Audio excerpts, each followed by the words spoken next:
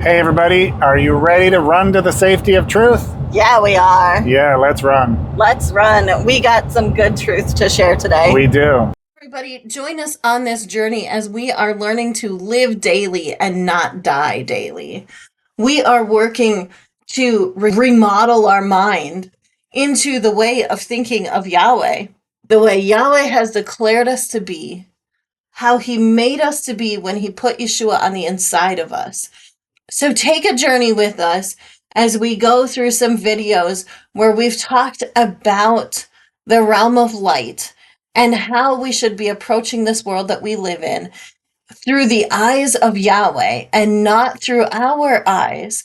We can move beyond the carnal way of thinking. We can renew our mind to understand that we actually already have everything that we need in Yeshua, and the fullness of life already lives in us. So join us on this journey as we work through the scriptures. Yahweh's will was that everyone is delivered and comes to the fullness of relationship with Yeshua. One, Yahweh's perfect. Everything about him is perfect. He can't give you something that is not of him. So all sickness, all disease, all darkness, none of that is of him, so he can't give it to you in the first place. Two, his ways are mysterious to those who are not filled with the Ruach HaKodesh. So that's an Old Testament scripture which applied to people that did not have Yahweh in them. We now are new covenant believers who have Yeshua living inside of us. With Yeshua inside of us, we have the mind of Yeshua, HaMashiach, and we are anointed, to use that terminology, with the Ruach HaKodesh. So if Ruach HaKodesh is in us and leads us into all truth, we can absolutely know Yahweh's will because the truth is inside of us and written on our hearts. And the third one is scripture reveals the truth to us. We just have to look for it. Yahweh's will is actually very easy for us to know. It's perfect, it's good, it only brings good things to you, and it's all driven in love. To me, those 3 points in and of themselves wash away every aspect of that sacred cow is you know Yahweh's will because he told you what his will is through Yeshua. And even with the Godspell language in the scripture, you know Yeshua's will was that he never left anyone sick. He never left disease on anyone. He never put a sickness or a disease on anyone. So if he didn't do it, how can Yahweh do it? He can't, because Yeshua said, I am the exact representation of Yahweh. So if it was Yahweh's will to use a sickness to teach somebody something, somewhere in the time of Yeshua's ministry, he would have had to do the same thing. And he did not. Every time he was encountered with a sickness, a disease, anything, even using the Godspell language, which we know that there's problems with the words, even with using those bad words, he healed people, he kicked out demons, he restored their life completely in every situation. And one of the things that you can know that this is absolute truth is because what did Yeshua do when he went to somebody that was asking for help? He asked, what can I do for you? And he said that because he is Yahweh, and Yahweh cannot even look upon evil. So he could not see anything, the affliction that was going on in that person. They had to tell him what the affliction was. Yeah, I'm not sure he could see anything. Yeah. And whether he could or not, we don't fully know, right? We have that scripture that says Yahweh can't look upon evil because his eyes are too perfect. So it sure indicates that that's a good possibility. But even if he could see it, he wanted them also to come into agreement with him on the fixing of the problem, right? Because when you agree with Yahweh on what you want done and he says, so be it, or okay, it's finished, or eyes be opened, or ears be released, dumb spirit get out, and you agree with that, it has to happen. Because you put your free will in joinder with Yahweh. So either way, whether, just so that we can't poke holes in that argument, is that either way, it's Yeshua's will for you to be complete. In the new covenant, Yahweh puts himself on the inside of us. And that is one of the greatest mysteries of the good message is Yahweh in you. Specifically one verse that says the mystery of the entirety of the gospel is Christ in you. In the King James language, Yeshua in you is the mystery of the whole thing, is the God himself moves into you. Well, man, if you got Yahweh living on the inside of that body, there can't be not one thing wrong with you. Yeah. And then on top of that, Yeshua said, you have my authority on heaven and earth to do and say things. Right? Matthew 28:18. Yeah. He said, all authority in heaven and in earth has been given unto me. And now I give it to you. Go do what I was doing. Yeah. This is why there can be miracles that happen that aren't recorded in the scripture. Because you now speak as an oracle of Yahweh, meaning you speak as a truth teller of Yahweh. So if you speak truth over somebody, regardless of how you do it, it absolutely has to come to pass. We have free will because we're sovereigns here on this earth. We were made just like Yahweh. And so he's made us sovereigns just like he's a sovereign. Yep. And so whatever we declare is going to happen. And when the person we declare it over comes into agreement with us, then they will get whatever they said. If you put Yahweh into somebody and you let Yahweh work, and that person lets Yahweh work, then the only result you can get is perfection and completion, because that's what Yeshua paid for. Within Yeshua, we have been given all things. And we've been made complete in Yeshua. Colossians is we've been made complete in Yeshua. Well, so if we've been given all things through Yeshua, he paid for every sickness, every disease, every demon, every evil, wicked thing that we could have done. Every lie of the enemy was paid for by Yeshua. Then the only result we're going to get is perfection and completion if we come into agreement with that.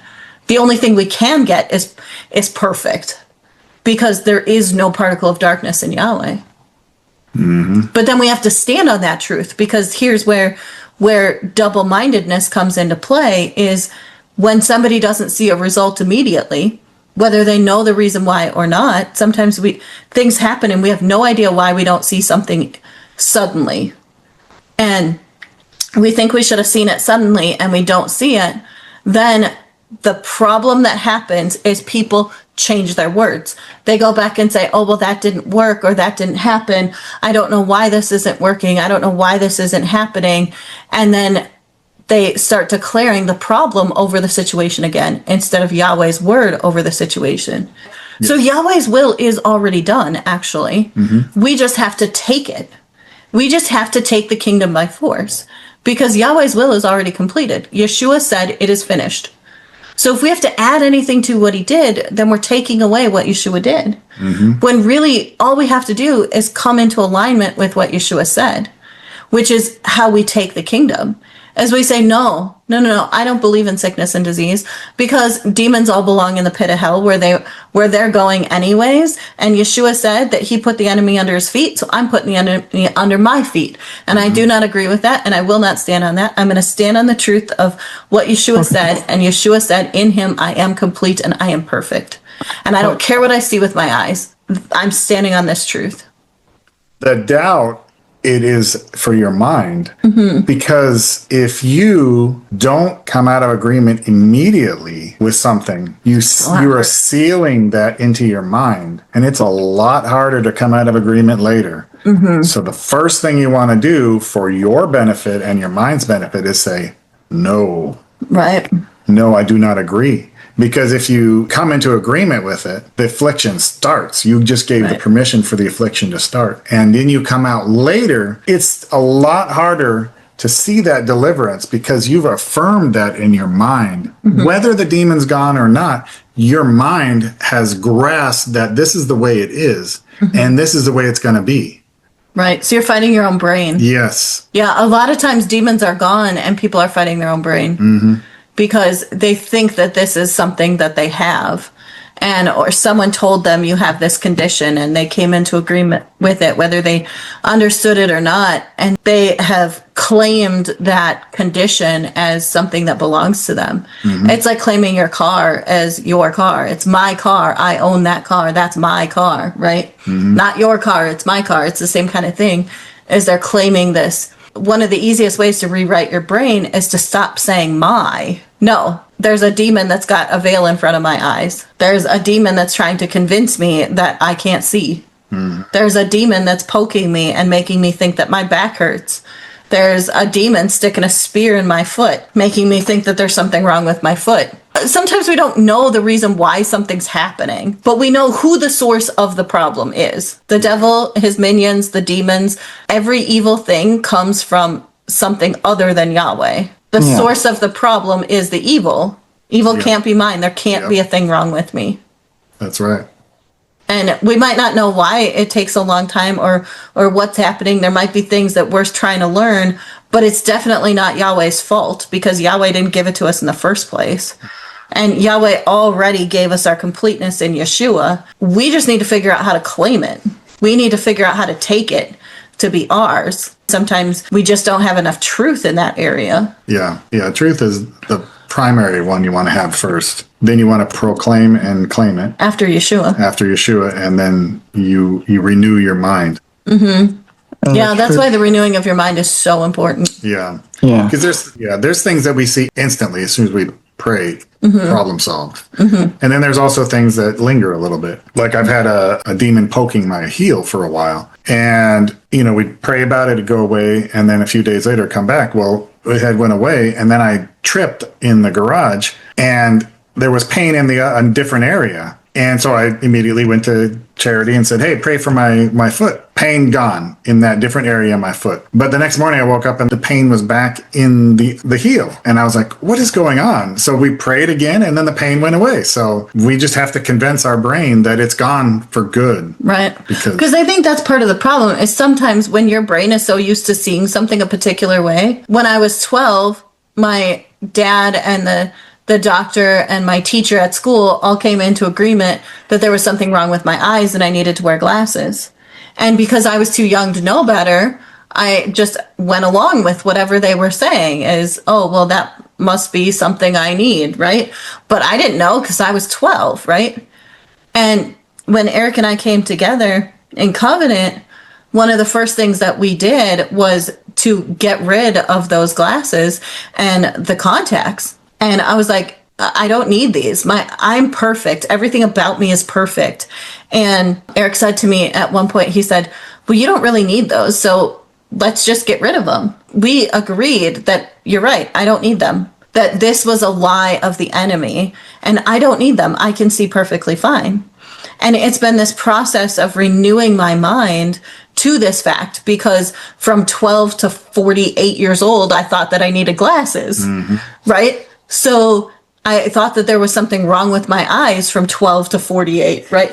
So that's a long time that you were in agreement with something that you now have to rewrite your brain. Because when I'd get home from work, I'd take my contacts out and walk around the house and not be able to see everything clearly. And at that time I was saying they're mine. Right? My contacts. And even sometimes I would say I took my eyes out. Dumb things that I was saying because I didn't know better. And so my brain got trained that when you're in the house, you can walk around without glasses or contacts and it's fine. And when you go out in public, then you put on the glasses and contacts, right? So that's how my brain was trained. And so it's been this process of having to retrain my brain that no, I'm fine. I can see just fine. And it's actually really funny because there's times that when I'm in the house, my eyes will act exactly like that. That they'll act like they can't see stuff in the house and I'll go step outside and then all of a sudden I can see again. So it's the brain. It's a trick of the brain saying that you need something, but you really don't because there's nothing wrong with you. Yeah. And we're not saying you can't get deliverance from long-term afflictions. I mean, I had a knee, it blew out my ACL when I was skiing in the Alps. And I lived with that for 25 years, I think it was 23 years.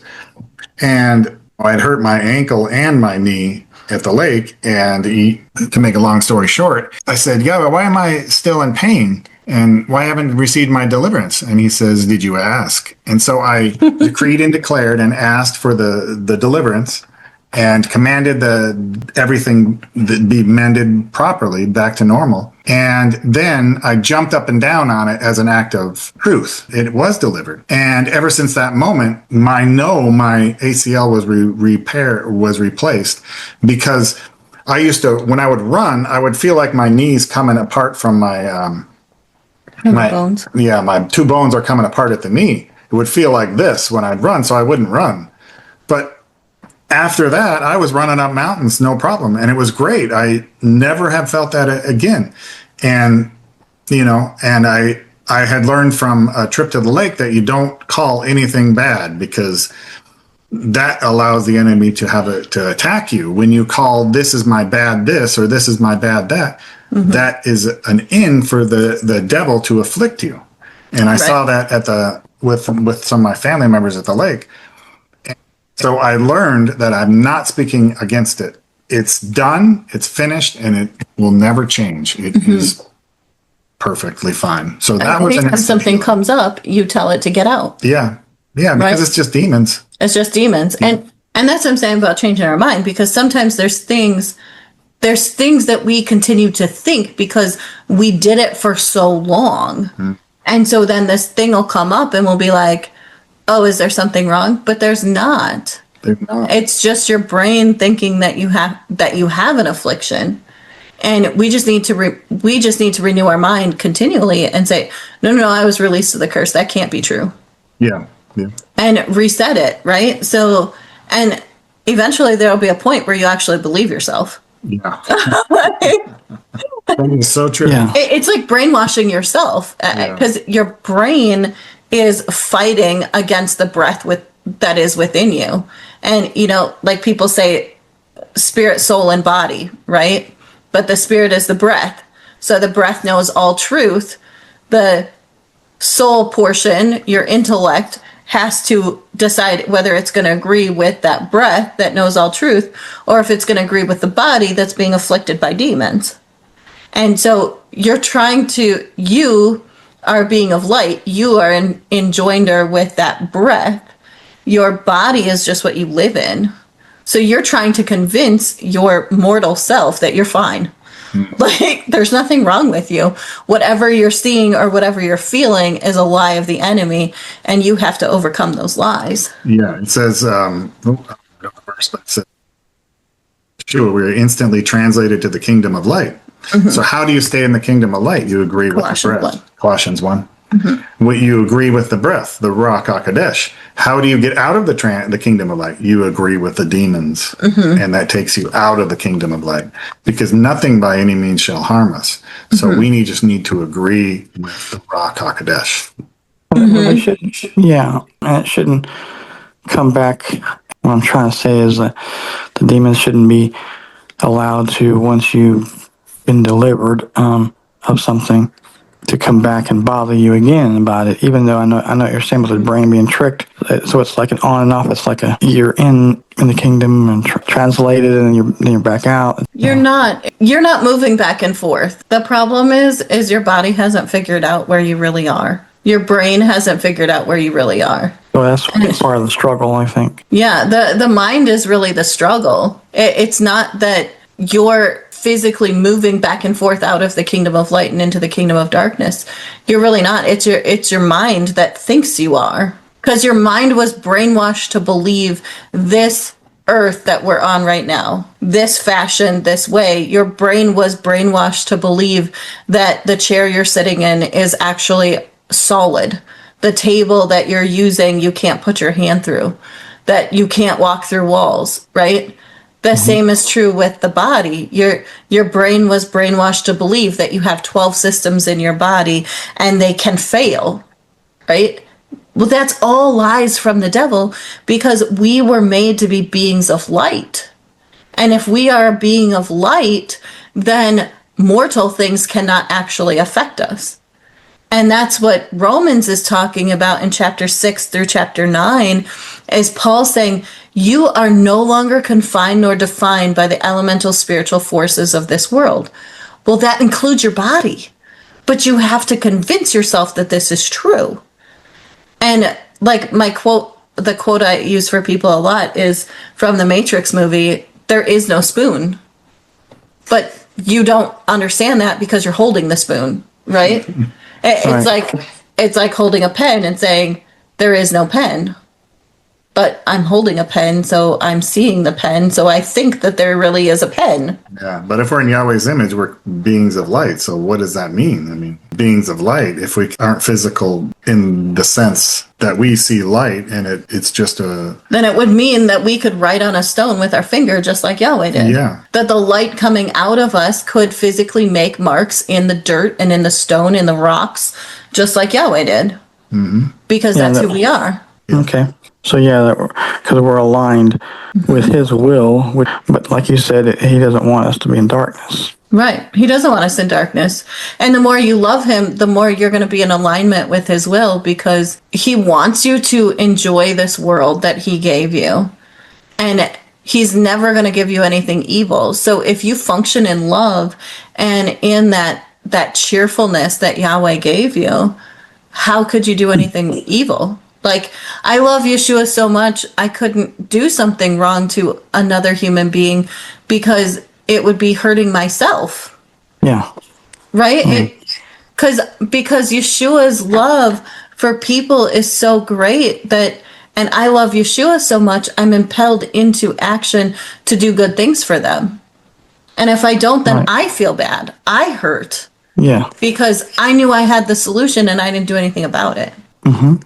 Right. Now, what probably makes it really difficult and challenging, I think, for various people that are more resistant to what you just described, to coming into his will, is because there are those believers who will say they've gone through whatever it is, trial in their life, and it's made them better, and so that they're encouraging others to go through whatever trial because it's supposed to make them better. Uh-huh. Really, they're encouraging them to go do something No, would cause them pain? No, not necessarily go do something. It's more like you're suffering, whatever it is, your ordeal. Well, it'd be better just to learn from their experiences. Yeah. My response would be, I can't live long enough to make all the mistakes myself. Yeah, and I don't want to make mistakes, but like some of it we can probably try to hopefully avoid. And some of them, if you have some suffering or you were maybe even born with something or whatever, you had some injury, whatever. Right. And instead of claiming, hey, I don't want to receive it, they're saying, hey, you're going against his will if you do that because he's made a purpose for you to be suffering, basically, in a nutshell. But see, that's what I'm saying, that my response to those people when they said something like that would be, I can't live long enough to make all the mistakes myself, because you're telling me that I can't rely on Yeshua to fix this problem. I have to go through it to learn it. That's ridiculous. Yeah, and I don't know if you've, because I've seen a lot of people online talking about this in person. And so this is a big problem. It's not a little minor. No, it's a huge sacred cow. Yeah, the problem is that people don't have enough truth. They don't have a relationship with Yahweh. So they don't have enough truth to make the appropriate reaction and assumption or appropriate response. Well, the Ruach HaKodesh is not telling them or showing them how to move beyond the problem. Right. If they don't have that relationship, they're going to think all kinds of strange things. Right. But when we go through something, Ruach HaKodesh leads us through it. We had a situation where we needed some help that we needed help that we didn't understand how to fix a problem. So the Ruach HaKodesh leads you through the problems and what the action to get out of that situation. And that's through relationships. So that's why we say don't exalt anything above Yahweh. If you've got this problem, most people say, oh, I got this big problem. Oh, it's a big problem. No. You're looking at it the wrong way. You've got a big solution. Right. Yahweh is the big solution. So the problem that you have, you say to Yahweh, help me through this. And the relationship part allows you to hear his voice and tell you the steps to take. And that's kind of like what have felt like that must be right. But I guess in getting pounded in so much in different directions, whether online or people that I know over the years, that they say they wear it like a badge of honor Like they've gone through this and this has made them a better person. Or you'll see like on YouTube, a lot of people, these people say the chosen ones, they have this and this problems, and that maybe they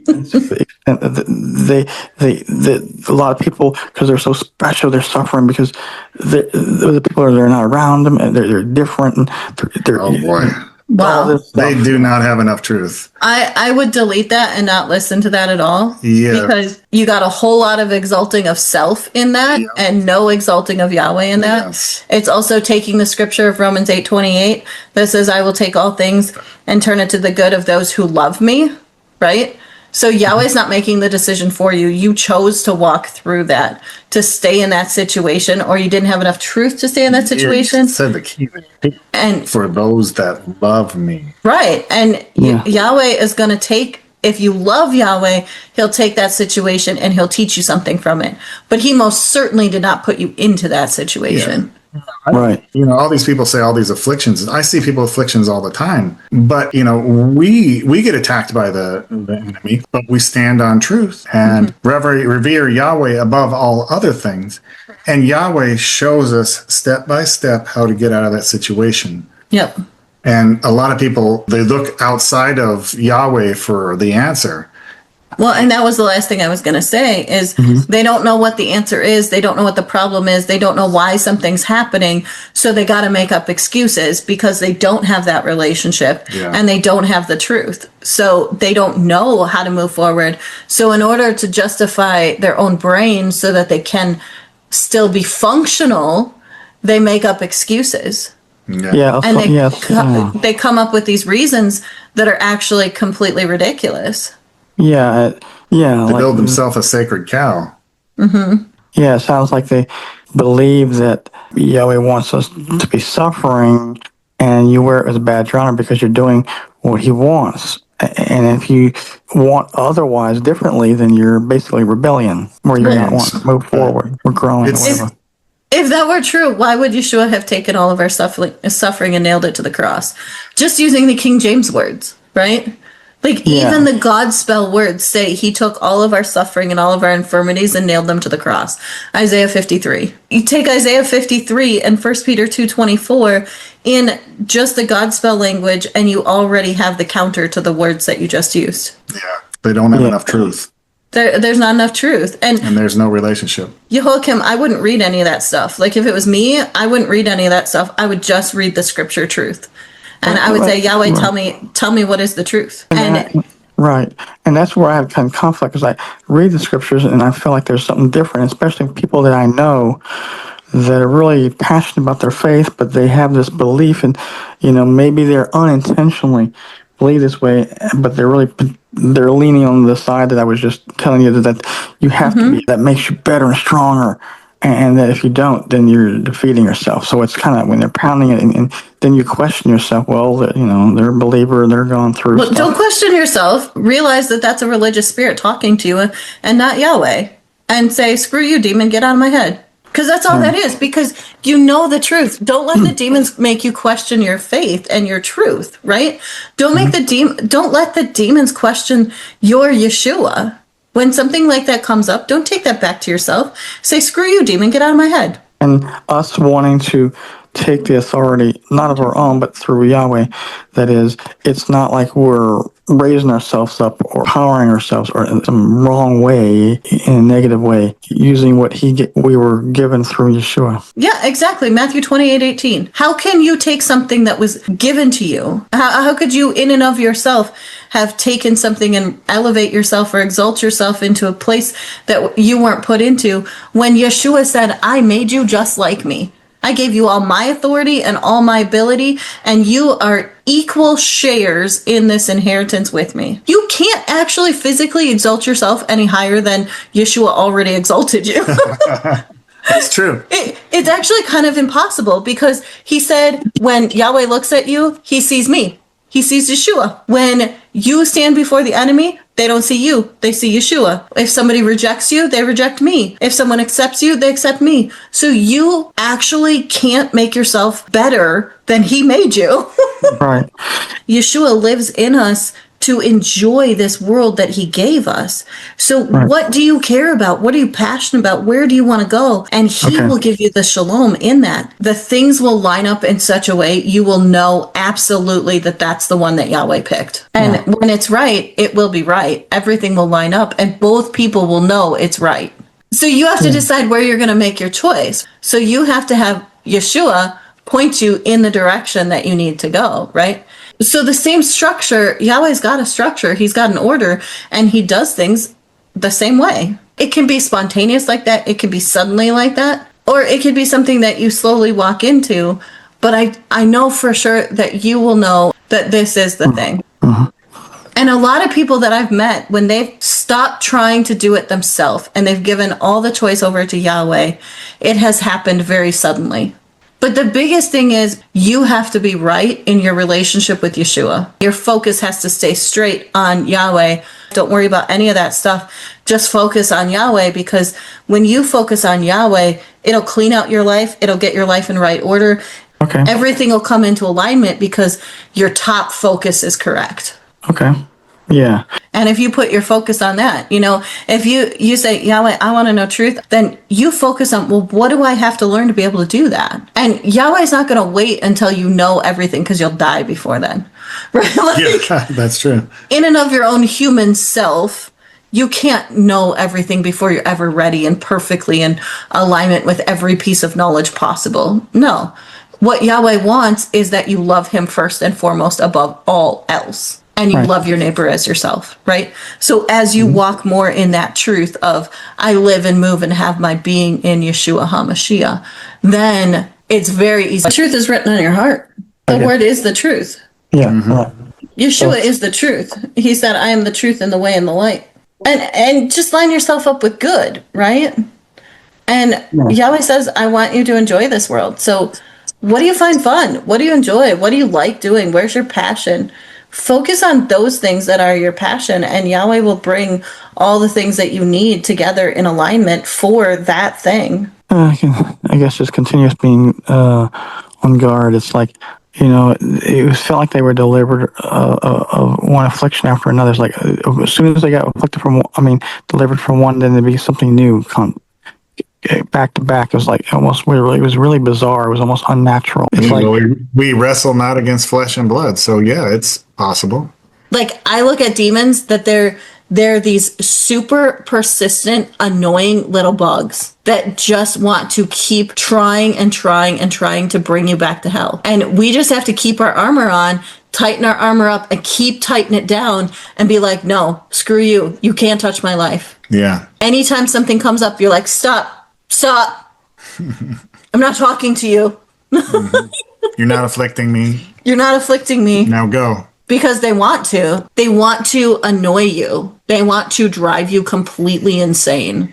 That's their job. Yeah. But isn't there a way that to basically and make it where you can like rebuke them all indefinitely in one time, one fell swoop, instead of trying to catch them like flies, hit one and go find another one, I do believe that's true. And I think the hardest part with that is our own mind, is we have to renew our mind to walk like Yeshua, because I don't think Yeshua dealt with that. But he had so much truth that he wasn't being lied to. Like, so much truth almost that, like, you could probably say he could close his ears to the lies. Yeah. Yeah, and, we think we have a lot of truth, but we probably got this much truth. Yeah. And every day the Ruach HaKodesh reveals more truth to us. More. But it's a lot of truth. If we had all truth, we could walk through the veil just like Yeshua.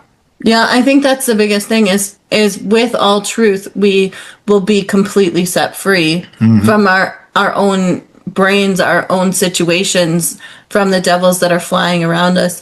And you can kind of see that with certain ministers that they call the greats of faith, right? Catherine Kuhlman would walk down the streets and people would fall on the ground just by her walking past. Peter's shadow healed people in the book of Acts, that to the point they were throwing people in front of him just so that his shadow would pass them by and they would get set free of demons. I absolutely think that we can walk in that same power, that same love, that same authority, because that's what Yeshua gave us. We have to learn that truth, understand that truth, and believe that truth in order to walk in it. Yeah, I And- guess that's why. Yeah, it's hard to. I guess it's the transition change. Maybe it's like a struggle, you know. Yeah. of the I do flesh. think it's a transition because, like, you can be told you're a superhero, but yet when you're standing about to step off of the shore onto the water and it's 100 feet deep, and you know that it's 100 feet deep, there might be a little bit of doubt in your mind that says, I don't know if I can walk on water. Yeah, and then a lot of the greats that had truth died in hospitality. In a lie. People. Mm-hmm. Yeah, What? they died in a lie because of the lie. So how does that fare when we've got less truth than they do? Well, yeah, it's Yeah. like in the boat. Peter was supposed to walk on water. He was trying to, like the Messiah.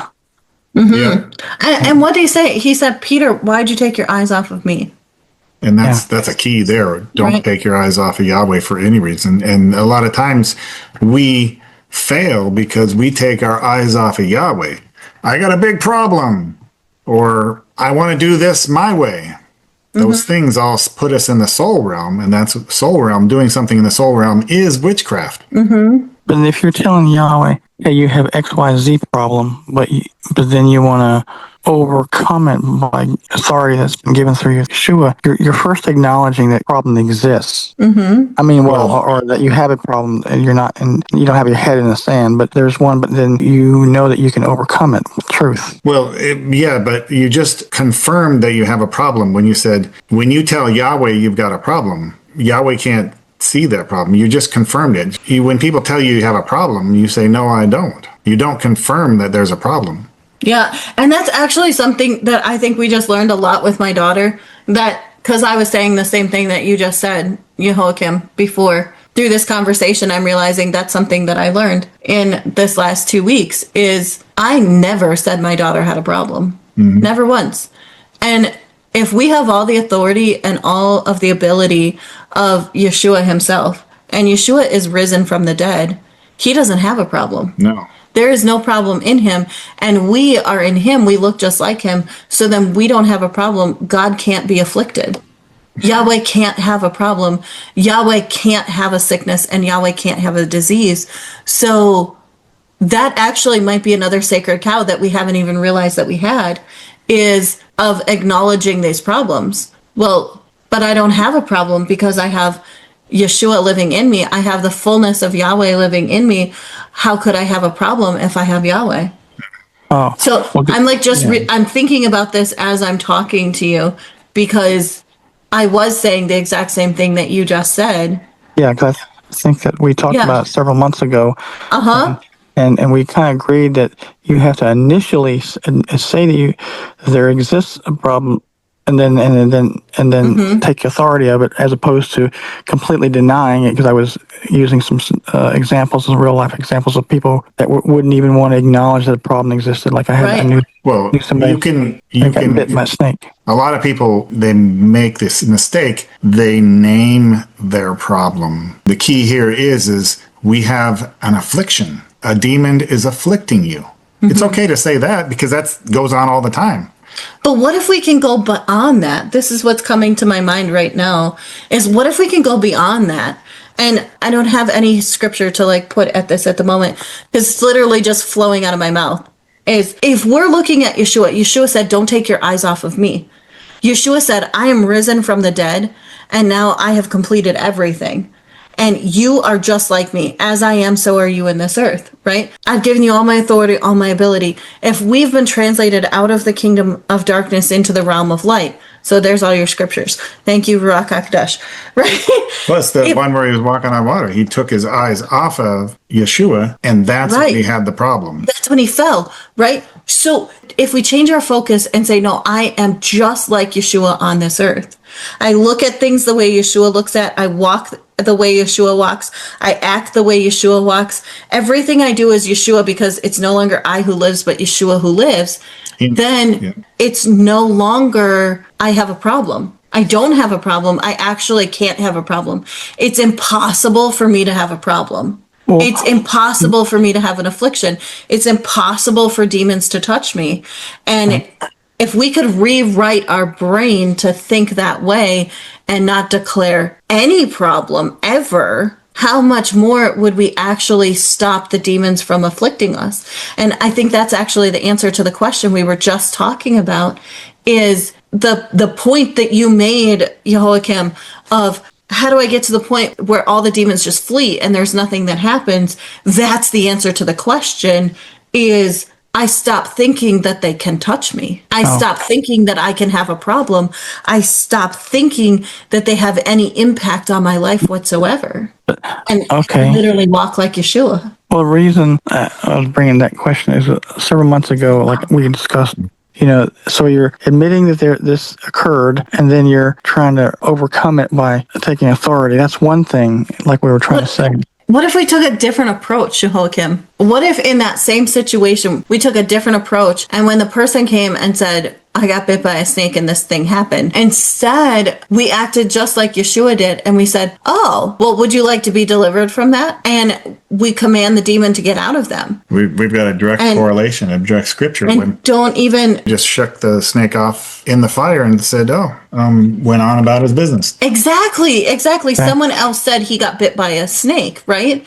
He didn't acknowledge that he was bit by a snake. He shook it off in the fire. So what if we take that same example for us, and when someone comes to you and say they have this problem, instead of saying, oh, I see that problem, what if we say what Yeshua said and say, problem, get out? Mm-hmm. Like, no, you don't have that problem. Eyes be opened, right? Okay. You think you got bit by a snake and you think that you've been poisoned. Well, then instead of acknowledging that that is the issue, then I would say something like, oh, well, poison, get out of this body. Toxins, you can't touch this body. No poison can hurt you. Nothing by any means shall harm you. Right. What if we took that approach? Then you're not agreeing with the person that there's a problem. You're not acknowledging that a devil did anything. And you're actually declaring Yahweh's truth over every situation then. You're just declaring the truth that you can be, delivered from it? No, that you already were. Not we can were. Be. You were. You were.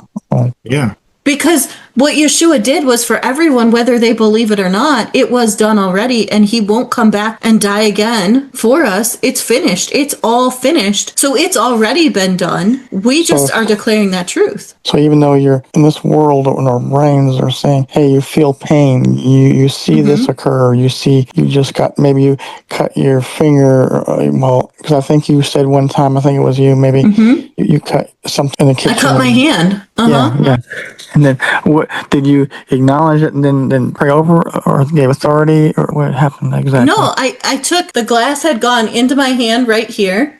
It had wedged into my hand, and I set down some of the glass and dropped some of the other glass, and I grabbed a hold of it and I said, no, repair. And it mended. It, like within seconds, it completely repaired itself, because that's all I said. I said 2 words. I said no and repair. And I went to the sink and I ran my hand under water, and it looked like a paper cut. I had a good sized chunk of crystal shoved into my hand, and I didn't acknowledge that I was cut. I didn't acknowledge that there was a problem. All I said was no. So in some ways, I guess you could say it was an acknowledgement that there was something that was trying to hurt me, right? But Yahweh said I'm complete. And accidents aren't a thing. I can't have accidents because they come from the devil. So that's not just being positive thinking. It's more powerful than that. It is, because I'm standing on the truth. With Yeshua came all things. Anything I ask in the name of Yeshua is done. But more so, he said, there will be a time coming, and he was referring to when you'd be filled with Ruach HaKodesh, that you will ask anything that you want from the Father, and he will give it to you from the face of the Father. Because we loved Yeshua. Because we loved Yeshua and we put our life in Yeshua, when we got the Ruach HaKodesh in us, then we became just like Yeshua. Anything we say is actually going to be true. And Yeshua never declared problems. He always declared the truth. He always said the truth. So when somebody said, I can't see, he said, eyes be opened. When the lepers said they wanted to be cured of leprosy, he said, be clean and go show yourself to the priest. Right? So Right, right. he was saying, you are already cleansed. You're already perfect. The centurion that wasn't even a believer, right? He couldn't even be a believer. He comes and he says, my servant is dying. Yeshua says, I didn't come for you. And he says, but you're a man of authority. And I know that I can tell my soldiers, go here, and they go, and do this, and they do it. So you don't even have to come to my house. Just declare my servant free. And Yeshua said to him, it is done according to your belief, according to the truth that you had. And it says belief in the text, but it's truth. So because you believed that I had the authority to tell that sickness to get out of your servant, it is done. He didn't even tell the demon to leave. He didn't even command anything to change. He just said, it is done. Okay. Yeah, he just said it was done. Okay. Yeah, because he's not acknowledging that something occurred, and he says, "Oh, I see you have X, Y, and Z." Or Yep. he's just saying it's repaired, it's healed. I mean, it's delivered. Whatever. Yeah. Exactly. And if we know all these things that are evil that come against us are from a demon or a devil, of something from the fallen world, something that the enemy adversary has done against us, this traducer, right? Then it actually becomes very easy, because if something is not perfect, if something is not beautiful, if something's not working, then it's not Yahweh. Right. It doesn't come from him. He declared, if we just look at the promises of the Old Testament in Deuteronomy 28, we shouldn't ever have a problem. We don't. Oh, We don't. According to Deuteronomy 28. Right. I mean, because to follow the law is to follow Yeshua, to love Yeshua with everything that we are above all else, and love our neighbor as ourselves. That's our only two commandments that we have now. It's love. Yeah. And love covers a multitude of sins, which means love covers a multitude of lies. Love overcomes everything. The entirety of the kingdom, Galatians says, the entirety of the kingdom works by love. Right? So all of these, I'm like firing these scriptures off super fast, but that's what's happening in my brain, is going, well, but that's part of our problem, is that we're not looking at the completed work of Yeshua. We're still thinking we have to walk through something. We have to work through something. This thing has to be finished. We still have to manipulate things, instead of just saying, no, I'm already at the end. It's done. It's finished. Yeshua did it. The enemy was already dragged through the streets. The devil was already defeated. The enemies are under his feet, which means if he's in me, they're under my feet. And so it is finished. It is already done. And I am a being of light, just like Yahweh said I am. Yeah. Okay. Yeah. Right. Yeah. So I'm going to have to listen to this recording again. Yeah. There's a lot in here, isn't there? Do what? A lot in here in this recording. Yeah. And because what's going on in the world. So what do we do? Do we share truth? Like, for example, this agenda, this is the conspiracies you probably commonly hear, okay? Do we just shut those out and then act like as if we're putting our heads in the sands and says, Yahweh will take care of it, we have authority, and ignore everything? Or deal with those kinds of, and then do we share those kinds of truths, as well as how do we receive those when we do find out about those as well? I've dealt with this because I've looked into conspiracies and I understand, it's good to have some knowledge, but the problem with, these things is that I'm not sure what verse it is. It says, turn your eyes to me and I will deliver your land. So when we turn to Yahweh, he will take care of this. And I'm not saying how he will, but he will take care of it. Because if we focus on the negative, if we focus on the problem, none of these problems are going to be solved by mankind. It's not possible. Yeah, the predicament that we're in, there's nothing we can do. Right. The only way that we can fix this problem now is to turn our eyes to Yahweh. Let Yahweh resolve it, because he is the answer to all things. And for instance, I was thinking about this too. Yahweh's been telling me things. A lot of times, if you watch these shows, you see how bad it is. If you're constantly watching that, you're unawareingly coming into agreement with that. It says, nothing by any means shall harm me. So they can't touch us. They cannot touch us. If they could touch us, they would have already killed us already. But they cannot, because we turn our eyes to Yahweh. Yahweh delivers us. us. And Yeah, if you so- read the whole Bible, that's all it's about. It's about the seed of Satan taking over, and then the kin of Jacob getting into trouble and getting into slavery and bondage like we are now. And then they cry out to Yahweh. Yahweh delivers them. Then they're set free. It's just a continuing cycle all along. It happens over and over again throughout the Old Testament and even in the New Testament. They get into bondage. They turn their eyes to Yahweh. Yahweh sets them free.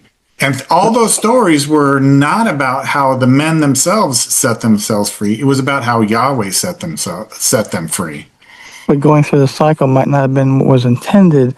What was No. intended is it to come to an end where they no longer will make the mistake of wanting to go into bondage ever. Yeah, and that's what hurts Yahweh most is when we turn away from him, start doing what the locals do, then we get into bondage and we get afflicted by the enemy in more serious and greater numbers. But if you were aware of it the whole time, maybe you could prevent it early on. I mean, and catch yourself. Oh, I don't want to do that, and then that way you don't get so deep into whatever, whether it's an individual basis or whether it's on a society basis. And I think that for like in the case of the nation, for example, the world, we let things unawareingly occur, little by little, and crept in, and then by the time we didn't recognize it because we didn't have any early warnings that were so obvious as it is today, that is. We're almost to the point where people are going to start turning towards Yahweh, and then Yahweh will deliver the land. To help those, where do you balance, if you want to call it that, the line where whether us as individuals or other believers that are wanting to share and wanting to be the watchmen, you don't want to discourage the truth on one hand, but you don't want it to come across causing fear-mongering in some sense of the word, where they're doing more harm than good, but yet you want to share what people need to be alert of or aware of, or so they're not caught by surprise. Maybe the balance, the kind of line, maybe to praise Yah, like you said, his greatness, and despite all that's going on, we still give him praise. Balance is declare Yahweh's truth. Yeah, you're right. People say these things. They want to say all these problems and all these things but they about don't the ever economy. add that. Yeah, but when they do that, they're actually calling it into existence. Right. Yeah. So they don't. Right. Prior to, like at the beginning of, I turned to conspiracy theories and or conspiracies for a long period of time. I would watch 6 to 12 hours a day. And I did get a lot of knowledge, but Yahweh turned me towards him and the prophets. And then from the prophets, the study of his word, and then from study of his word into a more meaningful relationship. Now, I do go back and listen to some of the things, but usually it ends, I'll listen to like 15 minutes. I'm like, this is, it's not beneficial to me. I want to see what Yahweh's doing. I want to know what Yahweh's, I want to know this and that. Right. So I spend most of my time studying the word, studying what Yahweh says, listening to Yahweh. And that's kind of where I'm at. Yeah. Yeah, and I'm not using the power of Yeshua to call things into existence. It's because it's the same answer. They're calling it into existence. Was there really a hurricane or tornado in the Gulf? Or did, by them creating a name and showing you pictures, did they just use your authority with Yeshua in you to call that into existence? That is the real question. You mean like I don't know the answer to that. But we do have the power, and we've got an example because Yahweh brought Adam the animals, and Adam named the animals. And by naming them, he called them into existence. Yeah, and just like Messiah in the boat with the storm, he was able to calm it. Yep. Yeah, he says, why are you... And that's actually such a funny story with what we've been talking about tonight, is he didn't even know there was a storm. They had to wake him up. Yeah, right, And people talk about how, he must have been at so much peace that he could sleep through it. But what if that's not the case? What if he didn't even know there was a storm because he can't see evil? Yeah. And it wasn't till they woke him up and said, there's this terrible storm. Don't you care that we might die? And he says, you of little faith. The word is truth. Right. Little truth. But what if he didn't even know that there was a storm? What if he was sleeping? Because in his world, it was peaceful. Yeah. Wherever Yahweh is peaceful for sure. Right? So it's peaceful and there was no storm. And so when he stands up and he stands on the bow of the ship, he's just doing this for their sake, and saying, peace be still. He's just declaring exactly what he sees already is there's peace. The waters are calm. Everything's great. So, Yeah. So, like, he doesn't have to tell the storm to leave. He's just saying, this is how it is. yeah. So is that kind of what we kind of do, share with others? Yeah, but throughout time, since the dawn of time, since Right. sin was brought into this world, the seed of Satan has always been trying to kill us, So, to afflict us, right. So, and they're never going to stop. so you don't need, so you don't need to know every angle that they're going to do, watch everything and learn everything so that you can declare with your authority for it and rebuke it and all that. You can pretty much rebuke it in general overall, like we were Yeah, saying. you know what? Why would I need to know all of that when darkness flees from the light? Yeah. And you got to remember, these people are master magicians, so they know the power in us. They know the power of our words. They know that we have Yeshua in us and the power of Yeshua I think they dominion don't over like- this place. yeah, That's I feel why like the that's- Masons love Christians, because Christians are so powerful with Yeshua in us, so they can warp them enough to use them to do their magic. So they know the rules of this system. That's why they have to get our agreement to do something to afflict us, because they know if they don't get our agreement, then they can't afflict us. It's not going to do anything. They know this. That's why you have to come into agreement with a curse to get afflicted by that curse. Same thing with witchcraft. You got to come into agreement with it. You can cancel all that just by your words, just by the power of Yeshua in you. So why do we need to know another way that they say they can kill us? I mean, they're making up ways all the time. They're adding names. They're using the power of our words they name something that is bad for us. They all do it. They're evil people everywhere. Nothing that we can do about it other than turn our eyes to Yahweh so he can take care of it. So knowing about it or finding out the latest and greatest thing isn't going to make a difference. No, I mean, every time I hear a new thing, it's another way that they're going to kill us. And I'm like, why do I worry about that? It says, by nothing by me any means shall harm us. We have the power of this words. We're not leaving this realm until we say it, or we come into agreement with us to afflict us to the point where we die. And so where's the idea that some of these believers, we get the idea that we're supposed to be watchmen, we're supposed to and warn others, and that's what we're supposed to do, separate from the gospel, of course. And so that's why we figured this one out. She figured this. The Rock Akadesh showed her the other day who the watchmen were. The watchmen on the wall were not actually the prophets. People think that they were the prophets because of the way the Godspell language is written in Jeremiah. The way it's written in English, it absolutely makes you think that the watchmen on the wall are the prophets, and it's not. The original watchers were the angels, the messengers of Yahweh. Oh yeah, that's true. Yeah, and Enoch is mentioned watchers. Books that are not in the Bible. Yeah, I wonder why. Yeah, so the original watchers were the angels, and when those messengers of Yahweh fell, they were the ones who were supposed to be the watchers, to tell us of what was going on and to help us and to watch over us. And in the scriptures in Jeremiah, they twisted it to make us think that we were supposed to become the watchers on the wall, and that was never our job. Oh, okay. Yeah, we are sovereigns. So what is a sovereign? A sovereign is somebody that has Better than a king. Better than a king, because we've got all authorities. We've got Yeshua's authority in us. We are sons of heritage. So we don't have to do the fighting, and we don't do the fighting. All of our armor and our truth is all offensive, meaning we use our words to fight. And who does the fighting? It's the messengers of light, because they were created to serve us. They were created to serve Yahweh.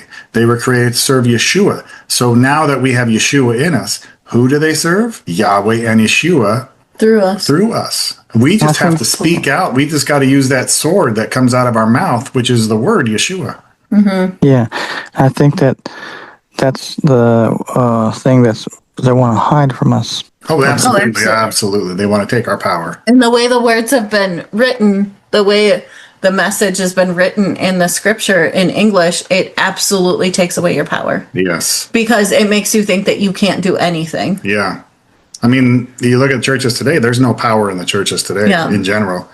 And that's the case with so many things, is because they copy each other's sermons. They all went to the same cemetery school, and they learn the same things, and they teach each other the same lies. Yeah. And that's what's taken the power out of the church.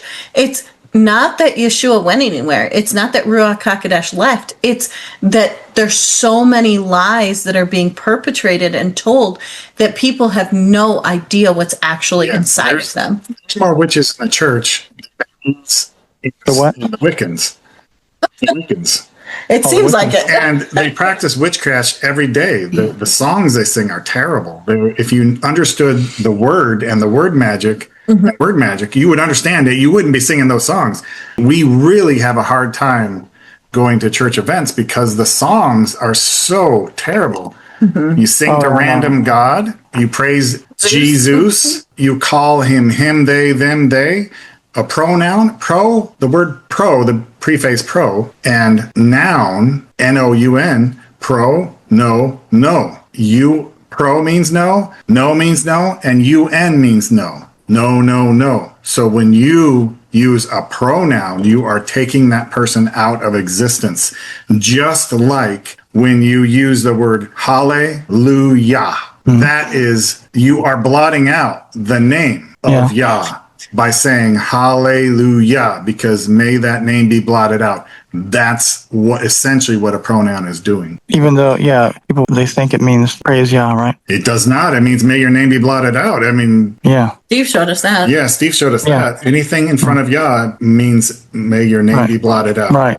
And so they don't understand things like that, No, they don't. Commonly here, when I try to explain to people, the translations is corrupted, and that's part of the problem. And they really believe that even strong people who are Sabbath keepers and Torah keepers, they still feel like, well, even something as simple as the King James will get us still to the kingdom. We have the Gospel Torah, the basics, even though they recognize that they may not know what the correction is, they don't see the need to correct it. I guess they feel like it's, what's the expression, straining at a gnat if you get too finite, and says, okay, listen, the Father's not going to give us this word and let it be so corrupted that it would mess us up. Well, here's the counter to that. These people are master magicians that translated the Bible. Do you think they know that? They do things to purposely make us sin, because if they purposely make us sin, they can take us out of the kingdom. So they purposely do things, put things in places. They put the word magic in there to make us sin. The thankfulness of Yahweh, the Ruach HaKodesh, leads us into all truth. So that if we have a relationship and we have the Ruach HaKodesh in it, we are going to overcome it, which we have. But the reason for putting all this word magic in there is to get us to curse ourselves while we're here and focus not on relationship, focus on baptism and getting Jesus. If you really knew what Jesus was, then you would not want him living in you. And same with the Holy Spirit. I mean, if you look at the Strong's, it's awful thing. Demon is what it is. It kind of goes back to holy is awful thing, and spirit is a demon angel or demon angel. Or disembodied spirit. So, they do this on purpose. So if you don't have a relationship with Yeshua, you are calling on these evil things to do things for you. And they may do it. I mean, I see churches where they do exorcism all the time and they're transferring one demon for another one. I mean, that's the whole reason for exorcism. It's not to get rid of a demon. No, it's to move a demon around. Yeah, exactly. Call it demon trading. Yeah, and that's why you see these major deliverance guys. They'll say, "Oh, let me take that spirit out," and they put something else in there. We saw one the other day. We're like, "Whoa, that one, that's not good." And there's a lot of infiltrator and witches in. I've got firsthand experience of this. There's a lot of witches in the ministry, Yeah, right. contaminating it. It's because they need to bring in the mixing, so you're not going to see the power. That's where the So power. that you can't speak truth. Yeah, you can't speak truth. You can't bring truth to power because you don't know the truth. Right. How are you going to speak truth to power if you don't have the truth? You're not going to. And that's the whole reason behind the mixing. Total word magic, and it has really taken the power away because you can't have true power. You can't have Yahweh's power if you are mixing and using wrong words to begin with. Right, and here's the thing that Ruach HaKodesh is telling me right now is we got to stop focusing on the world. What I said earlier is absolutely true, and we'll study this out more and figure out how to teach it the right way, but it's absolutely true. We got to stop looking at the world because we're still looking at Yahweh through the world's eyes, and we need to turn our eyes around and we need to look through Yahweh's eyes to us, through Yeshua's eyes to us, and through Yeshua's eyes to us means everything's done. We're already in Revelation 22. Revelation 22 is our existence. The only reason we don't know that is because we've been looking at it the wrong way for so long that we've believed the lie that was true, that this world that we know it, this way that they have told us, we've believed that that's true. Yeah. When I got up to take a break for a minute, I realized Ruach HaKodesh said to me, this is the question you asked earlier today. And I asked this question. I said, what is it that I am not getting? What is it that I am not understanding? How do I finish off this testimony of how you restored my eyes? Because I know that it's done. I know all these truths. I know all these things. So what is it that I am not getting? Because there is something in my brain that I am not hearing. And what I told you guys before I got up, and Ruach HaKodesh said, this is what you missed, is you're still not looking at it through my eyes. You're not looking at it through Yahweh's eyes to this world. You still keep claiming that something needs to be fixed. I already fixed it. It's already done. It was finished. And when you had your friends lay hands on you in Rwanda, when the stigmatism demon got kicked out of your eyes, so did everything else. So did the nearsighted demon get kicked out of your eyes when they laid hands on you, because I restore everything. I restored everything all at the same time. You've already had your healing. You've already had your deliverance. You just still keep thinking there's something wrong. And I was like, Yeah, So like you. I'm telling you like what I'm hearing at the exact same time, like as this is happening. So we get this is the fullness of it, is we already got the miracle. We already have the truth. We already have the miracle. We already have the deliverance that we need. We already have the healing that we need, because it's deliverance, right? The restoration of the flesh has already been delivered. We already have it. We just have to stop saying that we have a problem and acknowledge it's mine. It's already done. I have it. It's mine. Thank you, Yeshua, that you have already taken care of this. This is finished. Thank you, Yeshua. You have taken care of us from bottom to top. Yes. And as we've been talking since I got up, my eyes are getting clearer and clearer every second. Like I can feel them changing. And like they were starting to water earlier, and like I was feeling the strain of trying to look at things, and they are feeling so much better right now. Because it's already done. It's already finished. Yeshua already made us perfect and complete in every way. We have to stop declaring that there's a problem. We have to stop saying that we're missing something or we need something, because Yeshua gave us everything already. And when Yahweh looks at us, he says, I don't know what you're asking for because you're already complete. There is nothing wrong with you. I already made you perfect. This is the answer to how I said, how do I look past the blister? Yeah. Because that was, I think I probably told you this already, Jehoiakim, but that was one of the things that Yeshua said to me when I had gotten a blister, is how do I see that it's finished? And Yeshua said, look past the blister.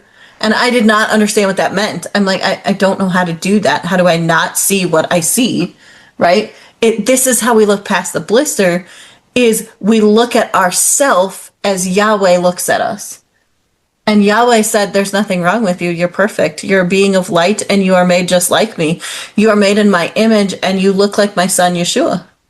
You look like my kin, Yeshua. And Yeshua and I look like one. We're one and the same. So you look like us. That's what I see. I see you just like me. I can't see anything wrong with you. And we have to look at ourselves in that same perspective and say that I can't see anything wrong with me. There isn't anything wrong with me. Yeshua made me perfect. I have everything I need. I have all the funding I need. I have all the people I need. I have all the resources I need. I have all the perfection of my body I need. I have all the strength. He said, your eyes can't dim because I made them perfect. So your eyes will never dim because they can't dim. Yeah. Right? It's impossible for there to be anything actually wrong with you because I already transferred you into the kingdom of light. So you were already made perfect. That's Yeah. spectacular. Yeah. And so, like, when you're talking about, like, in comparison to the health and the word, we know the word is corrupted, like we were just talking about, and we're trying to go through it and correct some things the word spells. But in the case of health, we know that there's food and whatnot. It's not, and you have to be careful. What I'm trying to say is, do we go through the same trouble of trying to make sure we eat healthy, for example, as an example? No. If you want to do that, that would be a choice. But we've been delivered from the curse, so nothing by any means shall harm us. Okay. Yahweh gave us everything. He said, Right, when right. Noah got off the boat, he said, I give you everything. The plants and the animals, it's all yours. Right. So my point is that, okay, do we need to do that with the same thing with regard to the word of the scriptures? It says, like, some people's attitude is very similar, but towards the word, it says, well, he gave us the word and, and he'll save us, that kind of thing. What do you mean? I don't know what you mean by that statement. I'm trying to make a parallel comparison. In the case of the scriptures, the word, the different word spells, we're trying to correct some things, right? I know what you're saying. You're talking about the written word in the book, right? Yes, the written word. Yes, the written word. Yeah, but that's not where the word is. The word is in your heart because the word is yeah, Yeshua and Yeshua is in you. Okay.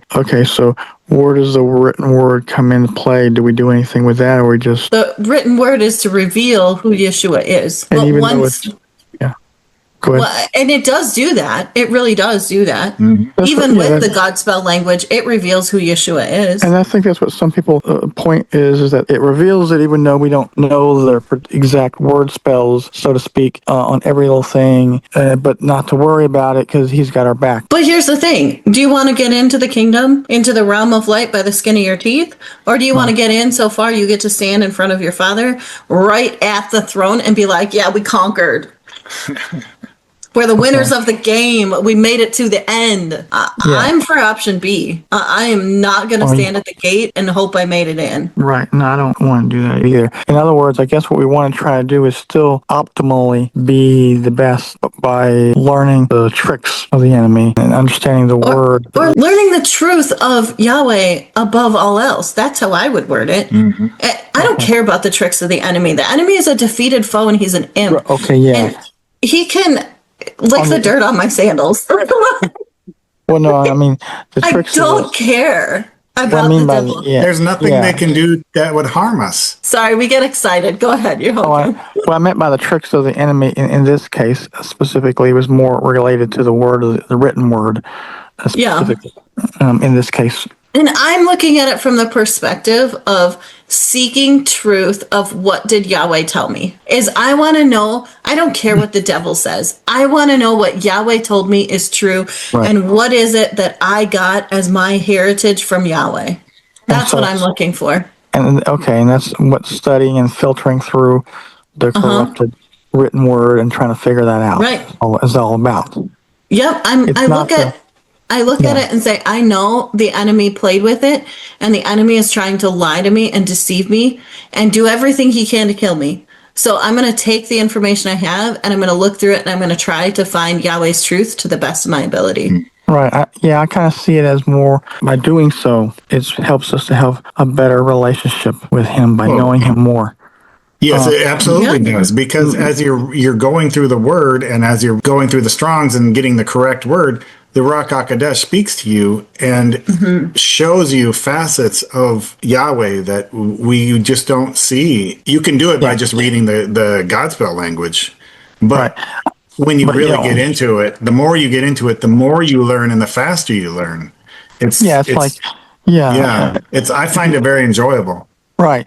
Yeah, because it's like falling in love with him. Yes. And it's just that some believers, they don't want to go that deep, and they feel like if you're being legalistic or whatever the word is, even though they're Torah keepers, even though they're all that, they feel like, okay, you'll still get us into the kingdom, even if we don't have everything correct in the written word. That's a really awful way to look at it, because for me, it's not about getting in the kingdom. It's having a relationship with Yahweh. Right.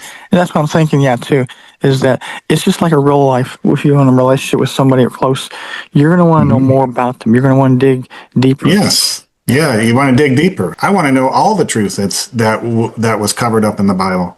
Yeah. Not because I want to know all about Yeshua. Mm-hmm. Right, not because you think somehow it's going to make you be saved and more perfect or whatever. Yeah, that's works. No, I'm doing it because I enjoy it. I enjoy knowing more about Yahweh. I enjoy knowing more about what we get and what we have, and the heritage that we get with Him in us, and the power, the authority, and all of that is so much more fun to know than what's just on the surface. Right. That's why I felt like as well. And so it's a little distraughting to see Torah keepers who are real strong believers, but yet they view it as like you're trying to do it as works more. How would they know what is going through your head, what your relationship is with Yahweh? And they wouldn't know. They're making a judgment. They're casting judgment and it says not to do that. Don't cast judgment over somebody. Well, because you'll be judged by the measuring stick in which you judge, which means it's going to come against you. Yeah. Because that's what you actually think. So you're the one who's going to be afflicted by that. So that's what I would say to you, Jehoiakim, in that situation is it's not about you. It's the religious spirit within them that is judging them themselves. They're just using you as an example. Mm-hmm. Yeah. Right. Religious spirits do that. We were casting out a religious spirit once, and then it started judging us and saying that we were the ones that, we're doing evil things. Yes. And it's actually them calling in the evil. Right. It's really funny. All you can do is laugh at these little imps. You were calling it evil things? Is that what they were saying? Well, they were saying that we were evil because, for whatever reason. Yeah. Oh. And then, they're trying to do anything to not be cast out. So they go on to, they speak to people and stuff. Okay, yeah. So much in the same way with trying to dig deeper into the written word to have a closer relationship of getting closer to the truth of understanding Him. It's much in the same way of when I look at something like in the case of our health and well-being, our temple. We are the temple, so I want to make sure that I keep as best as I can cleaned up. That's great, but I don't think we have to worry about the physical thing. I think we just have to worry about the relationship with Ruach HaKodesh. Will lead you into all truth. That is what you should focus on. And remember, Yeshua said the judgment of a man is not what he puts in his mouth. It's what comes out of his mouth. Mm-hmm. Yeah, Yahweh.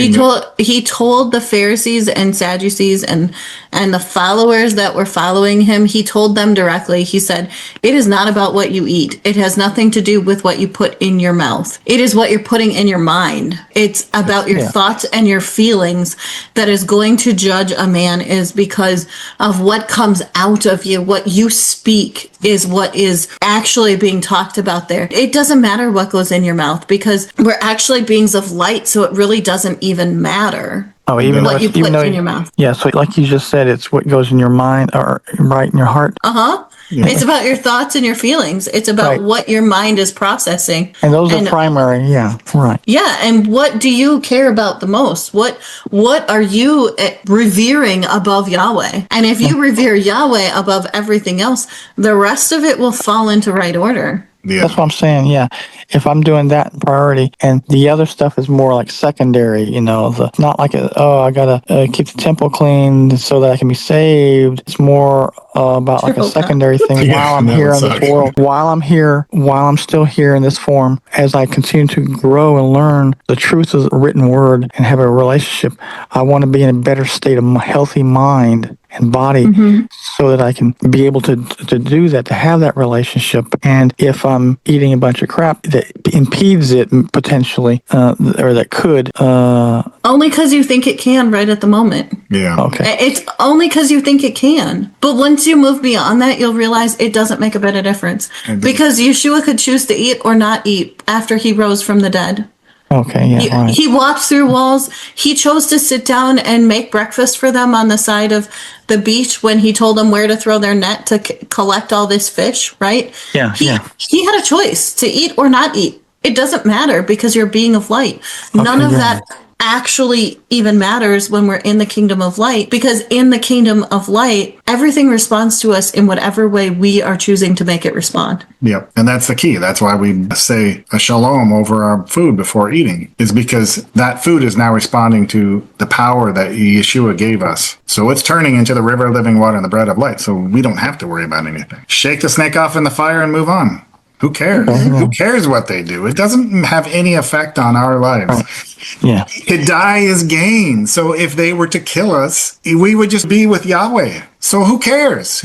It doesn't matter. It does not matter one bit. Well, because it just takes you out completely out of the lie. Yeah.